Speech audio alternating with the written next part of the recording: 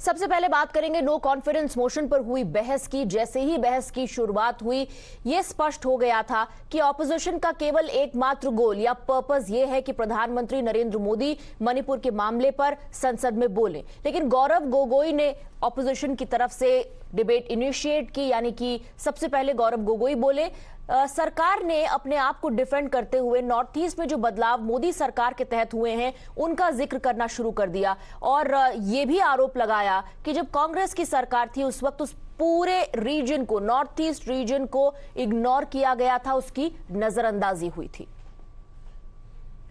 अध्यक्ष महोदय, ये नौबत आनी पड़ी कि हम अविश्वास प्रस्ताव के द्वारा प्रधानमंत्री मोदी जी का मौन व्रत हम तोड़ना चाहते हैं। सर, साफ साफ 3 सवाल है प्रधानमंत्री महोदय से। सवाल पहला कि आज तक वो मणिपुर क्यों नहीं गए। सवाल दूसरा कि लगभग 80 दिन क्यों लगे प्रधानमंत्री मोदी जी को मणिपुर पे कुछ बोलने के लिए, और जब बोले तो सिर्फ 30 सेकंड के लिए बोले। सवाल हमारा तीसरा कि प्रधानमंत्री जी ने आज तक मणिपुर के मुख्यमंत्री को बर्खास्त क्यों नहीं किया। वर्षों से आपका नेग्लिजेंस, वर्षों से जो आपने नॉर्थ ईस्ट को अपने पे मरने के लिए छोड़ दिया, हैंड होल्डिंग करने के लिए आप सोचा नहीं है, उसी का नतीजा है। मणिपुर के अंदर में हमारा देश का सबसे ज्यादा मिलिटेंसी का ऑर्गेनाइजेशन का उत्पन्न हुआ, और आपको यह समझना पड़ेगा 2014 के बाद मोदी जी इस देश का जब प्रधानमंत्री के कुर्सी पर बैठे, उसके बाद एक भी पूरे नॉर्थ ईस्ट में नया कोई मिलिटेंसी गुट खड़ा नहीं हुआ।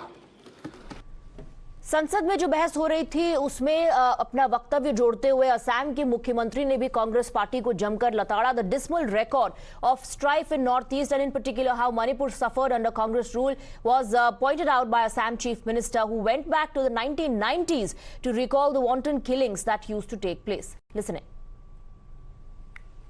Year 1990, 300 people killed in the state of Manipur. Of course, that point of time, Congress government was in power. Subsequently, in the 1993, 1100 people were killed or died in the state of Manipur. In 1997, 400 people killed. In 2001, 95 people killed. 2003, 140 people killed.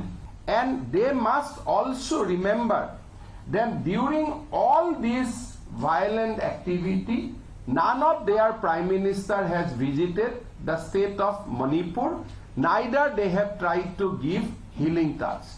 Congress party is shedding crocodile tears. They have no love, they have no sympathy, they have no plan to reach out to the people of northeastern region.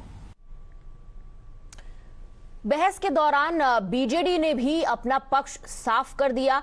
BJP के MP Pinaki Mishra बहुत ही मणिपुर के मुद्दे पर categorical statements देने लगे। उन्होंने कहा कि मोदी सरकार को इसके लिए ब्लेम नहीं किया जा सकता। सुनिए। Manipur is not the result, today's conflagration in Manipur is not the result of the last 10 years, let's face it. It's the result of almost 50 to 60 years of strife in Manipur. The fact of the matter is that this entire issue has boiled over, not now, it has boiled over 3 or 4 times in a major way through the 80s and the 90s. That's the problem today. So therefore, you have to give constructive suggestions rather than blaming the central government for what is clearly a legacy issue running back several decades. तो वहीं independent MP Amravati से नवनीत राणा ने भी opposition को जमकर खरी खोटी सुनाई। She picked holes in the strategy of the opposition which according to her was driven by a single point agenda of trying to embarrass Narendra Modi. लेकिन नवनीत राणा ने कहा कि देश ने प्रधानमंत्री नरेंद्र मोदी को आशीर्वाद दिया है और देश प्रधानमंत्री में विश्वास रखता है। सुनिए। सिर्फ मणिपुर महिलाओं पे अत्याचार, महिलाओं पे होने वाली पीड़ा, ये इनका विषय नहीं। सिर्फ मोदी जी का नाम है तो इनको विरोध करना है, यही इनका एजेंडा बना है। ये क्या नारा दे रहे हैं सर? 1 सेकेंड, ये क्या नारा दे रहे हैं? इंडिया, अरे इंडिया ही मोदी जी को बनाई है, इंडिया ने ही मोदी जी को ये पार्लियामेंट हाउस में ऐसे प्राइम मिनिस्टर लाई है। आज भी इंडिया मोदी जी के साथ है। ये विपक्ष को मौन धारण किस विषय पे रखा है, इनको उत्तर देना ही पड़ेगा। वैसे बहस के दौरान हर कोई तब सरप्राइज हो गया जब कांग्रेस पार्टी की तरफ से डिबेट की शुरुआत गौरव गोगोई ने की, जबकि जानकारी ये थी कि राहुल गांधी ओपनिंग स्टेटमेंट देने वाले हैं। और याद कीजिए, मनिकम टैगोर ने एक ट्वीट भी किया था ये पूछते हुए कि ओपनिंग बैट्समैन कौन होगा। तो अनुमान ये लगाया जा रहा था और बीजेपी ने कहा कि उनको ये जानकारी दी गई थी कि राहुल गांधी ओपनिंग स्टेटमेंट देंगे। This move invited pot shots from the BJP benches with several MPs voicing their disappointment. Sir, सुबह जहां तक मैं जानता हूं, सुबह आपके ऑफिस में एक चिट्ठी आया था सेक्रेटरी जनरल के ऑफिस में, श्री राहुल गांधी जी गौरव गोगोई स्थान पर बोल रहे हैं। क्या हुआ सर? हम तो राहुल गांधी जी के भाषण सुनने के लिए हम उत्सुक है सर, हम उत्सुक है। Level 55 he has given a letter that Mr. Rahul Gandhi is going to speak. What happened in 5 minutes? What is the problem, sir? We are very much enthusiastic to listen Mr. Rahul Gandhi, sir. मैं ये सोच रहा था कि राहुल जी बोलेंगे, क्योंकि media में तरह तरह की खबरें आ रही थी, लेकिन लगता है कि शायद राहुल जी तैयार नहीं थे, देर से उठे होंगे तो नहीं बोल पाए। कोई बात नहीं है, गौरव गोगोई जी ने बोला, बहुत अच्छा बोला। तो आपने सुना कि किस तरह से बीजेपी की तरफ से चुटकी ली जाती रही इस बात को लेकर कि राहुल गांधी क्यों नहीं बोले, ओपनिंग स्टेटमेंट उन्होंने क्यों नहीं दिया।